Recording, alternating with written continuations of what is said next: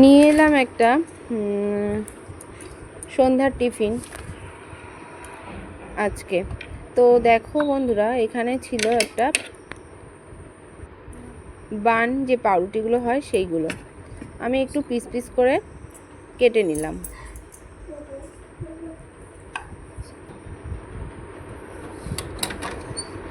এই যে এরকমভাবে কেটে নিয়ে একটা পাত্রে ডিম ফাটিয়ে নেব।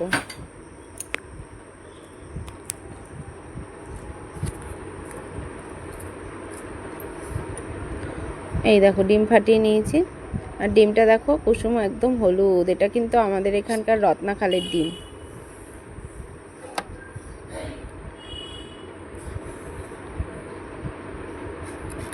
আর আমি কি বানাতে যাচ্ছি বলো তো? তোমরা হয়তো দেখে অনেকেই বুঝতে পারছো। আমি বানাবো হলো ডিম টোস্ট।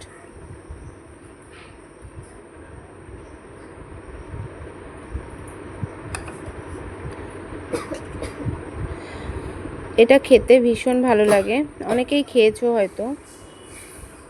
আর এর মধ্যে আমি একটু তেল দিয়ে দেবো, তাহলে কিন্তু আরও ভালো হয়। এটা মানে জিনিসটা ভালো বেশ ফেপে যায়, ফোলে আর কি। এবার একটু ফাটিয়ে নিচ্ছি।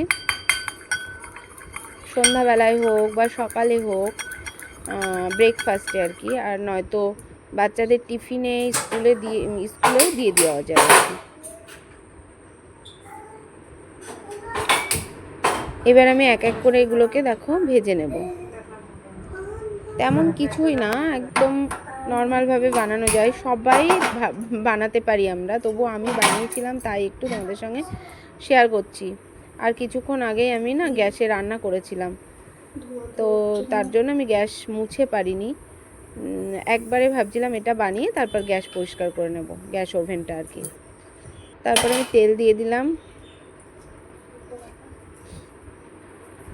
এবার এটা চুবিয়ে চুবিয়ে দিয়ে দেবো। এই যে ডিমগুলোকে মানে মাখিয়ে মাখিয়ে পাউরুটির সঙ্গে দিয়ে ভেজে নেব।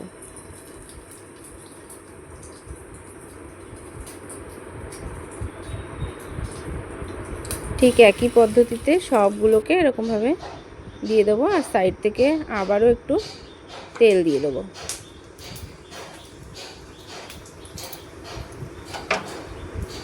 আর ওটা দেখানো হয়নি, আমি ডিমের মধ্যে হালকা একটু নুন আর একটু চিনি দিয়েছিলাম, সেটা আমার মানে ক্যামেরা করা হয়নি, ভিডিও করা হয়নি। যাই হোক, আর এক্সট্রা যে ডিমটুকু ছিল সেটুকু আমি বাবানকে আর কি ভেজে দিয়েছিলাম, মানে অমলেট করে দিয়েছিলাম।